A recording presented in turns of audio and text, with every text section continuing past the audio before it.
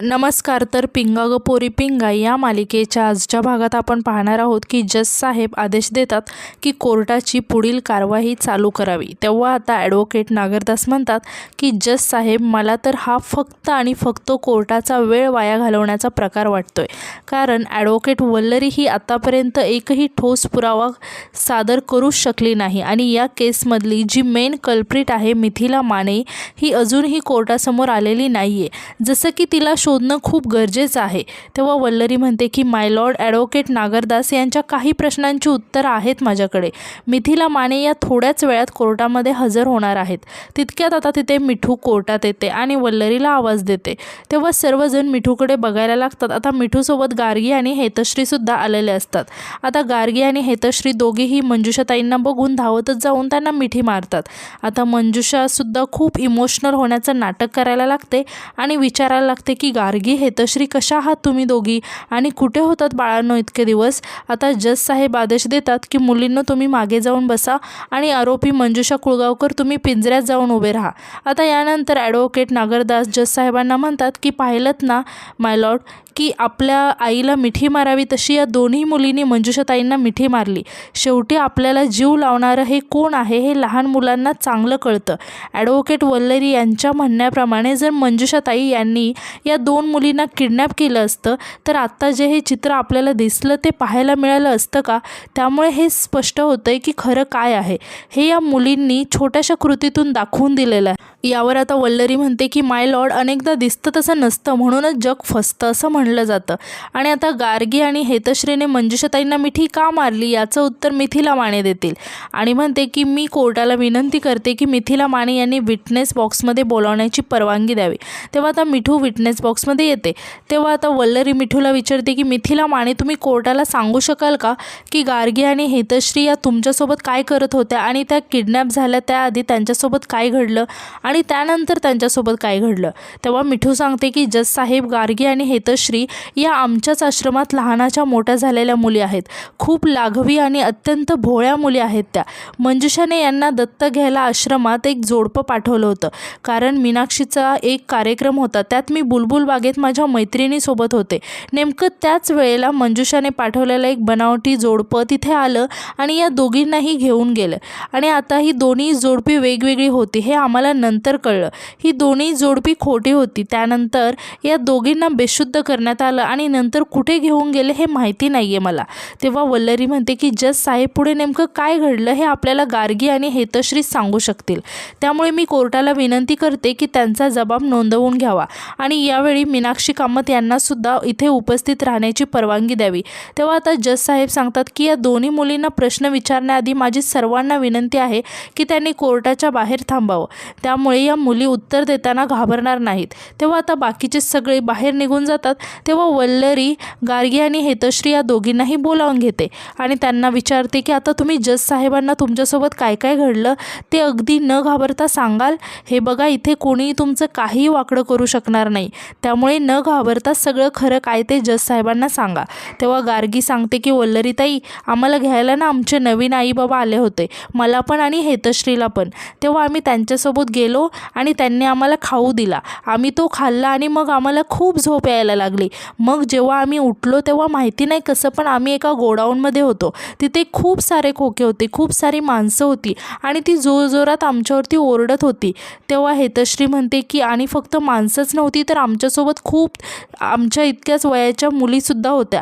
त्या नेहमी झोपूनच असायच्या. आणि तुला माहिती आहे का वल्लरीताई, तिथे मंजुषाताई नेहमी यायच्या.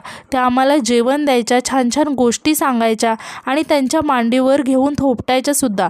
आणि तिथल्या सगळ्या काकांना सांगायच्या की आमची खूप काळजी घ्या. पण माहिती नाही तिकडचे सगळ्या मुलींचे हात आणि पाय नेहमी बांधलेले असायचे आणि ते काकांना आमच्यावरती नेहमी ओरडायचे. आम्ही म्हणालो जाऊ दे की आम्हाला मग कसलं तरी इंजेक्शन द्यायचे ते, आणि ते इंजेक्शन घेतलं ना की आम्हाला खूप झोप यायची. इतकी झोप यायची की आजूबाजूला काय चालू आहे समजायचं नाही. तेव्हा वल्लरी म्हणते की माय लॉर्ड, मला मीनाक्षी यांनासुद्धा बोलवण्याची परवानगी द्यावी प्लीज. तेव्हा आता मीनाक्षीसुद्धा येते. तेव्हा वल्लरी आता गार्गी आणि हेतश्रीला विचारते की गार्गी, हेतश्री, मला सांगा तुम्ही ओळखता का हिला. तेव्हा गार्गी म्हणते की हो, ही सुद्धा आमच्यासोबतच होती गोडाऊन अकाउंटमध्ये मंजुषाताईच घेऊन आलेली हिला.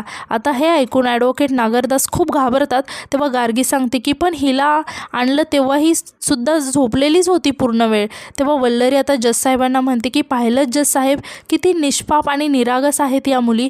या दोघींना अजूनही कळलेलं नाही की त्या मुलींना तिथे का नेऊन ठेवलं होतं, का त्यांना बांधून ठेवलं होतं. मंजुषाताई जर का त्यांना तिथे भेटायला जात होत्या, त्यांना जेवायला देत होत्या, त्यांना झोपवत होत्या, तर मग त्यांना परत आश्रमात का नाही घेऊन गेला, का त्यांना परत सोडलं नाही त्यांनी घरी, का त्यांना सोडवलं नाही त्या गुंडांपासून. असा साधा प्रश्नही नाही पडला की ते गुंड का त्या मंजुषाताईंच्या सांगण्यावरून सगळं करत होते. असा प्रश्न या बालमनाला कसा पडेल जज साहेब. जज साहेब, मला आणखीन एक मुद्दा इथे क्लिअर करायचा आहे आणि त्यासाठी मला मंजुषाताई यांना एकदा एक्झाम करायचं आहे. मला प्लीज परमिशन द्या. तेव्हा आता जज साहेब म्हणतात की हो, परवानगी आहे आणि सगळ्यांना आता आत बोलवण्यात यावे. आता सर्वजण आत येतात. आता मंजुषासुद्धा विटनेस बॉक्समध्ये येते. तेव्हा वल्लरी तिला विचारते की मंजुषा कुळगावकर उर्फ मंजुषाताई, मला सांगा की तुम्ही हा जो तुमच्या समाजकार्याचा वसा घेतला आहे, म्हणजे असं तुमचं म्हणणं आहे. म्हटल्यावर तुमचं हे जे समाजकार्य आहे ते तुम्ही साधारण कधीपासून सुरू केलं आहे आणि तुम्हाला याची आवड कशी निर्माण झाली. तेव्हा मंजुषा म्हणते की समाजकार्याची आवड मला लहानपणापासूनच होती, पण लग्न झाल्यानंतर माझं घर, माझा संसार, माझा नवरा या कशाचाच विचार न करता मी स्वतःला समाजकार्यात झोकून दिलं. म्हणजे गोरगरीब, अडले नडलेले, निराधार स्त्रिया यांच्याकडे बघून माझ्या मनात त्यांच्याविषयी कणव दाटून यायची आणि मग तेव्हाच ठरवलं या लोकांसाठी स्वतःचं आयुष्य पणाला लावायचं. आणि मग मी आश्रम सुरू केलं. त्या आश्रमामध्ये मी लहान मुलं, स्त्रिया, वृद्ध यांची काळजी घ्यायला सुरुवात केली आणि मला हे सांगायला अभिमान वाटतोय की या आश्रमामुळे या समाजाचं मी मोठं देणं आहे ते चुकतं करण्याचा मला छोटासा प्रयत्न करता आला. त्या बदल्यात समाजाने माझा गौरव केला, पण मी त्याला माझा गौरव नाही समजत, तर समाजाने मला आशीर्वाद दिला असं मी मानते. आणि या सगळ्यामध्ये मी कधीच संपत्ती नाही कमवली, ना त्याचा कधी मनात लोभ धरला आणि त्याचा मला दुःखही नाही आहे. मी परमेश्वराकडे एकच प्रार्थना करते की आजपर्यंत मी जे काही समाजकार्य केलं, जसं केलं तसंच यापुढेही माझ्या हातून घडावं. आणि नागरदास आता जज साहेबांना म्हणतात की माय लॉर्ड, मंजुषाताई आता जे काही म्हणाल्या त्याचा हा पुरावा. मंजुषाताईंच्या बँक अकाउंटमध्ये सगळे मिळून फक्त 1.5 लाख रुपये आहेत आणि हे पैसेसुद्धा गोरगरिबांच्या सेवेसाठी जमवलेले आहेत. त्यातला 1 रुपयाही मंजुषाताई स्वतःसाठी खर्च करत नाहीत. असं म्हणून त्या आता जज साहेबांना मंजुषाचे बँक स्टेटमेंट्स देतात. आता वल्लरी म्हणते की अरे वा, तुमच्या मंजुषाताई यांना व्यवहार करण्याचं छान ज्ञान दिसतंय, कारण स्वतःच्या अकाउंटमध्ये अगदी जुजबी रक्कम ठेवली आहे त्यांनी. पण त्यांच्या आई श्रीमती जानकी कुळगावकर यांचे नावी पुणे, नाशिक, वाशी अशा वेगवेगळ्या ठिकाणी 28 एकर एवढी जमीन विकत घेतली आहे. आता हे ऐकून मंजुषा खूप घाबरते, तर नागरदाससुद्धा थोडेशा टेन्शनमध्ये येतात. आता वल्लरी म्हणते की तसे पुरावे आहेत माझ्याकडे, काही कागदपत्र आहेत ती मी कोर्टासमोर सादर करू इच्छिते. असं म्हणून ती आता ती कागदपत्र जज साहेबांना देते.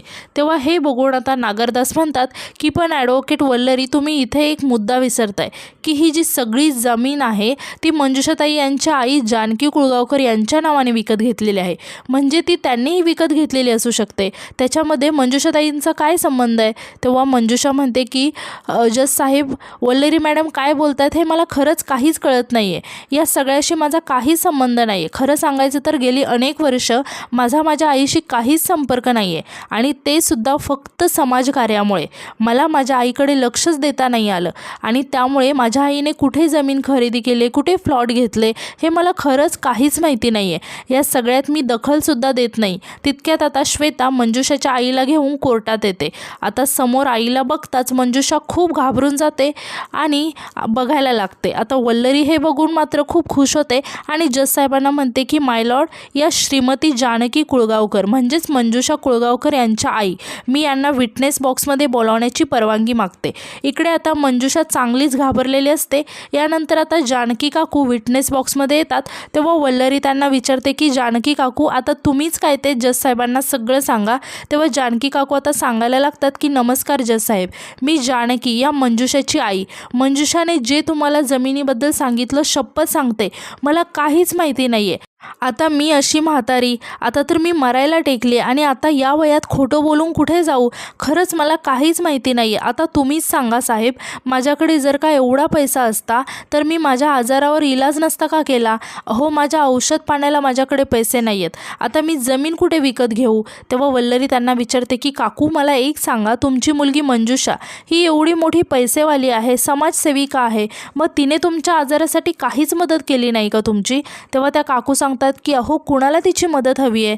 आधी सुरुवातीला मला वाटायचं की आता ही चांगली समाजसेवा करते, अडल्यानडलेल्यांना मदत करते आहे, मला खूप आनंद व्हायचा. पण ज्या दिवशी मला समजलं माझी सख्खी मुलगी असा मुलीचा व्यापार करते, त्यांचा बाजार मांडते, त्यांचं आयुष्य उद्ध्वस्त करून टाकते, तेव्हाच मी समजून चुकले.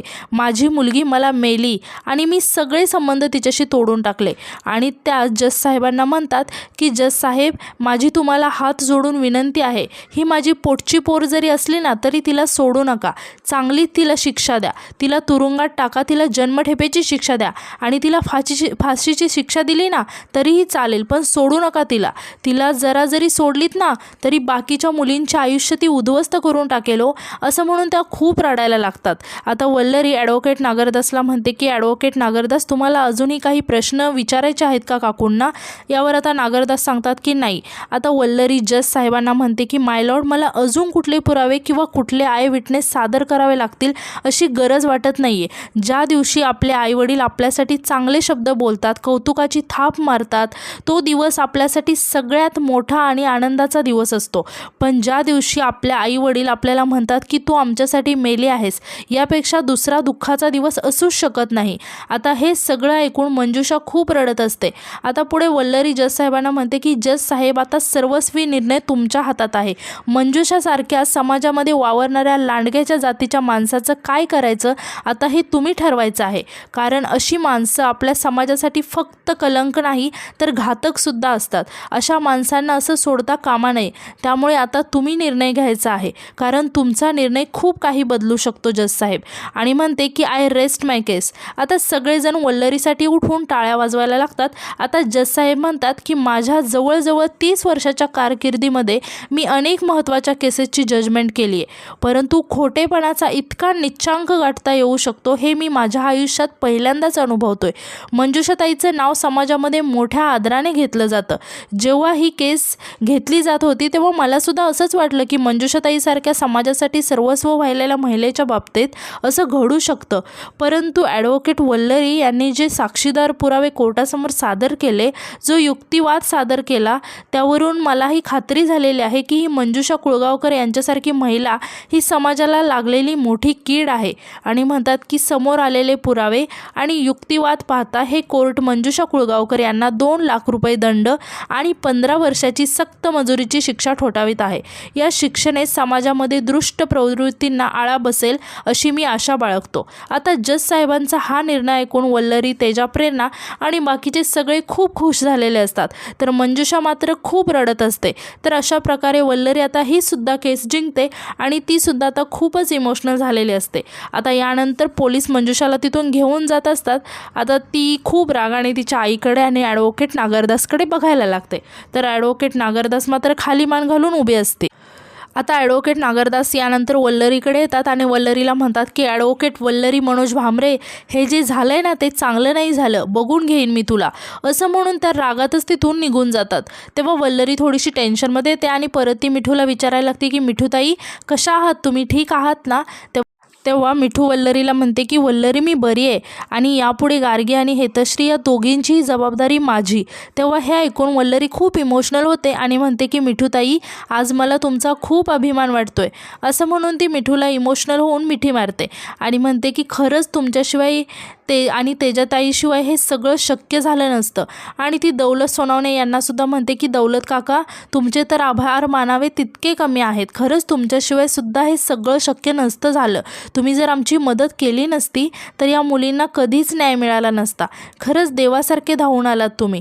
तेव्हा दौलत सोनावणे म्हणतात की अहो काय बोलताय ताई तुम्ही, अहो मिठूताई आणि त्यांच्या वडिलांना आम्ही आमच्या घरी ठेवलं, आमचे पाहुणेच आहेत ते, आणि या गोड पोरी त्यांच्या चिवचिवाटाने आमचं घर भरून गेलं. अहो मीच तुमचे आभार मानले पाहिजेत की तुम्ही माझ्यावर विश्वास ठेवला आणि या कामासाठी मी तुमच्या लायक आहे, म्हणजे मी तुम्हाला मदत करू शकलो असं तुम्हाला वाटलं. खरं तर मीच तुमचे आभार मानले पाहिजेत, मी तर माझं कर्तव्य केलं. आता तेजा म्हणते की आपण ही केस ना फक्त वल्लरीमुळे जिंकलोय. तेव्हा सगळेजण आता वल्लरीसाठी टाळ्या वाजवायला लागतात. आता वल्लरी म्हणते की हे सगळं आपल्या सगळ्यांचं क्रेडिट आहे, आपल्या सगळ्यांशिवाय हे घडलं नसतं, त्यामुळे सगळ्यांना थँक्यू असं म्हणून ती सगळ्यांचा आभार मानते.